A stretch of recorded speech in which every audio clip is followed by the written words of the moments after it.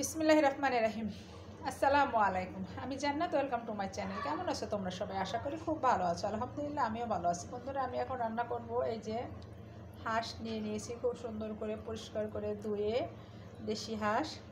এটাই আমি এখন রান্না করব। তার জন্য চুলাতে প্যানটা বসিয়ে দিয়েছি এবং পরিমাণ মতো তেলটাও দিয়ে দিয়েছি। এখন আমি চুলাটা অন করে দিলাম। এখন এটার ভিতরে আমি পেঁয়াজ কুচানো দিয়ে দিচ্ছি।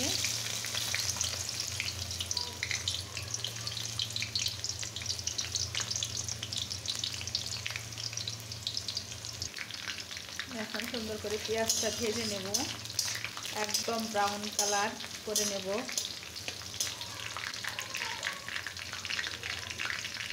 আর পেঁয়াজটা ব্রাউন কালার হয়ে গেছে। এখন আমি তেজপাতা দিয়ে দিচ্ছি, দারচিনি, এলাচ, লবঙ্গ,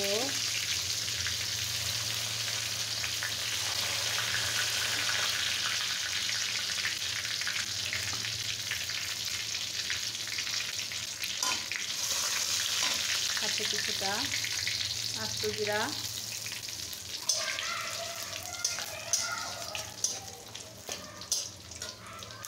এখন আমি মশলার পেস্টটা দিয়ে দিচ্ছি।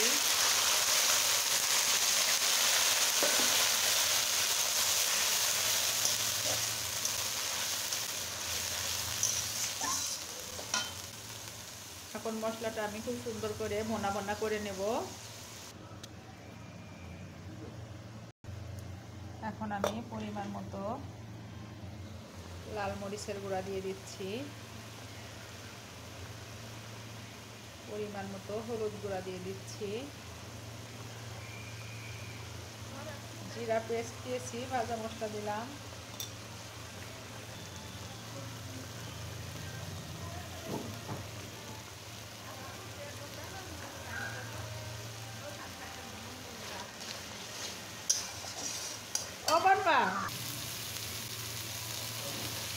এই যে আমার মশলাটা কষানো হয়ে গেছে আর মশলা থেকে তেলটাও ছেড়ে দিয়েছে। এখন আমি এর ভিতরে হাঁসটা অ্যাড করে দিচ্ছি।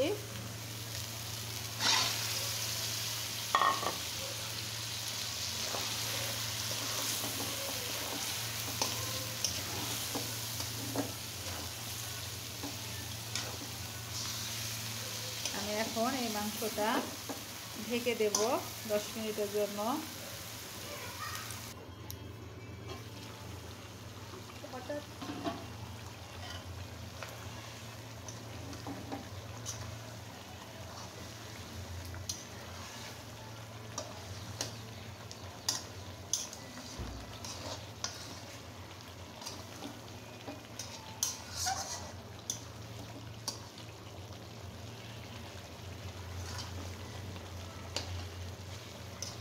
আমি আবারও মাংসটা ঢেকে দিচ্ছি, একটু নেড়ে চেড়ে দিলাম। হাঁসের মাংস তো একটু শক্ত জাতীয় হয়।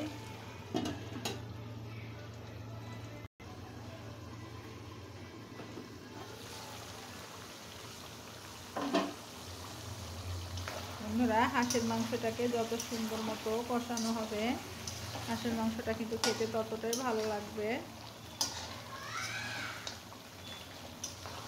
এটা দেশি হাঁসের মাংস, এটাকে খুব সুন্দর করে কষিয়ে নিতে হবে।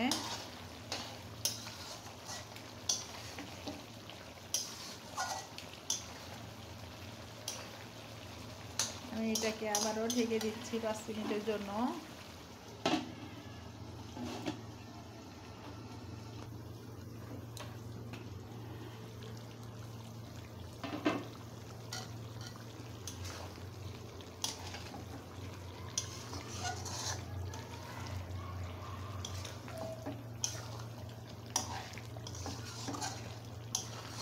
হাঁসের এত দাম বন্ধুরা, এই একটা হাঁস স্বপ্ন থেকে 1000 টাকা নিয়েছে। দেখো রান্না করতে যে এতটুকু মাংস হয়ে গেল।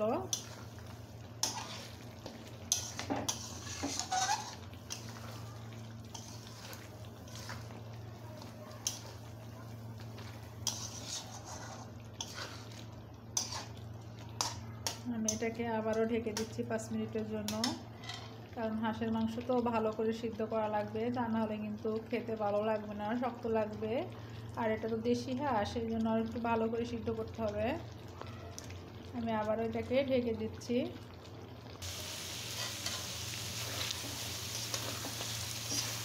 আর মাংসটা কষানো হয়ে গেছে, দেখতেই পাচ্ছ তোমরা, নিচে লেগেও আসছে আর তেলটাও ছেড়ে দিয়েছে। এখন আমি পরিমাণ মতো পানি দিয়ে দিচ্ছি ঝোলের জন্য।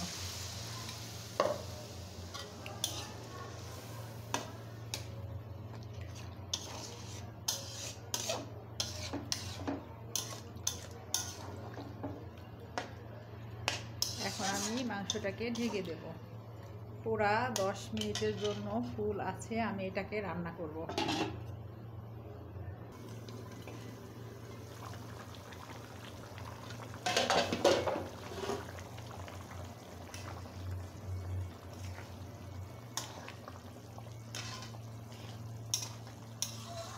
বন্ধুরা, এই হাঁসে আমি আরেকটা জিনিস দিলে কিন্তু হাঁস রান্নাটা অনেক মজা লাগে খেতে, তাই আমি সেটার জন্য এই যে অন্য চুলাতে প্যান বসিয়ে দিয়েছি এবং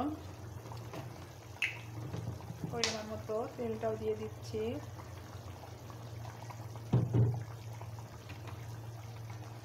আমি এই মাংসটা বাগার দেব, এই জন্য বাগার দিলে কিন্তু খুব খেতে ভালো লাগে। পেঁয়াজ কুচি দিয়ে দিলাম অল্প পরিমাণে, বেশি দেওয়ার কোনোই দরকার নাই।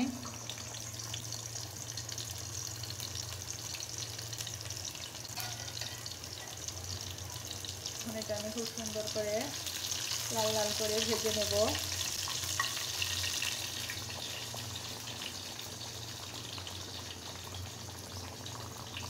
হাঁসের মাংসটাতে কিন্তু বাগার দিলে বন্ধুরা অনেক অনেক ভালো লাগে খেতে, অনেক টেস্টি লাগে।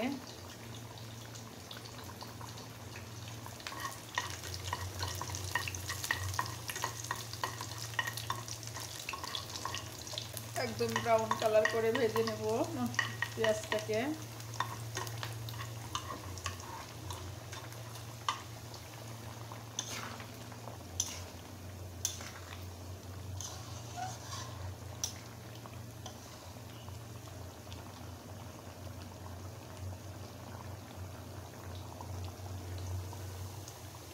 এটা ভাজা হয়ে গেছে, দেখতে পাচ্ছ পেঁয়াজটা।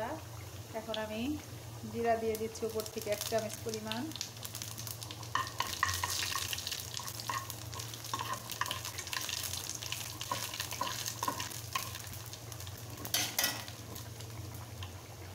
চুলাটা অফ করে দিলাম এবং দিলাম দিয়ে এটা আমি এখন ঢেকে দেব।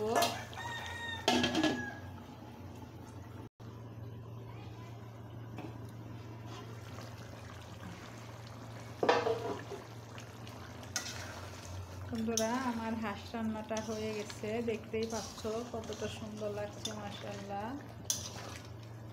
এখন চালের রুটির সাথে খুব সুন্দর করে মজা করে খেতে হবে, কারণ হাঁসটা কিন্তু চালের রুটির সাথে মজা লাগে খেতে।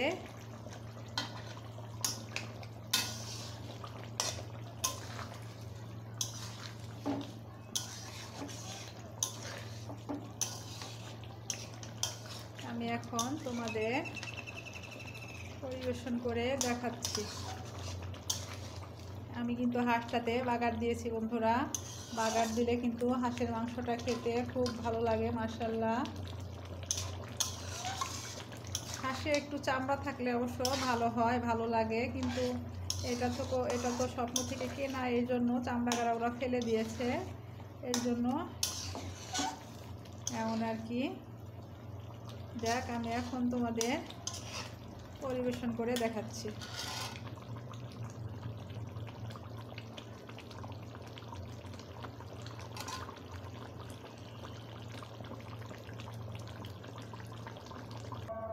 বন্ধুরা, এই যে হাঁসটা রান্না হয়ে গেছে, দেখতেই পাচ্ছ তোমরা কত সুন্দর লাগছে, মাশাআল্লাহ, কতটা লোভনীয় লাগছে দেখতে।